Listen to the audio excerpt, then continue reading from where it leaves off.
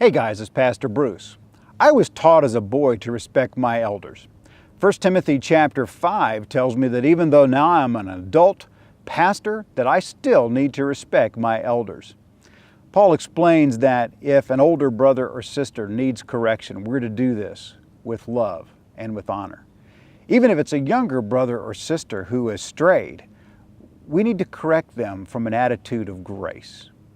Speaking of grace, Paul then turns to some rules for widows. He says that if a widow has a family, they have the first commitment to care for her. They can't just turn their back on this dear lady and expect that the church is going to care for her.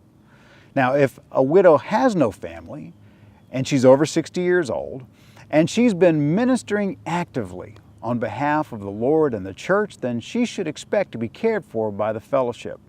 Now do realize, in Paul's day, when a lady lost her husband, unless he was wealthy, she was going to be resigned to a life of destitution. She wasn't going to have really any resources, and so she really was going to be dependent on the mercy of someone. Paul then says that younger widows should seek to remarry so that they have family responsibilities and that they won't be tempted to become busybodies. Now, I realize in our world today that divorcees and widows, as long as they're still physically able, will probably work. I had a great aunt who worked until she was almost 90 years old. And so there's not quite that risk of having time to run around and be a busybody. In fact, if you're a single parent, there's even less risk. But I think the larger point is here, losing a spouse to divorce or death shouldn't change our commitment to Jesus Christ. Paul then turns to church leadership and he says that pastors deserve pay for their work. I know of some pastors who are barely getting by on what the churches pay them, and the churches have money, and that is a crime.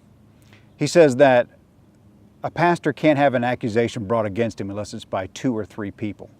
Certainly we pastors need to make sure that we're not doing something to draw an accusation, but he said, she said doesn't work. Finally, Paul says that we shouldn't be in a rush to lay hands. That means to elevate someone to leadership. And he makes this point in the last 2 verses of this chapter. Some men's sins are clearly evident, preceding them to judgment, but those of some men follow later. Likewise, the good works of some are clearly evident, and those that are otherwise cannot be hidden. Whether your works are good or bad, they're going to come out if you give it time. So don't be in too much of a rush to place somebody in a position of leadership. God bless you as you go.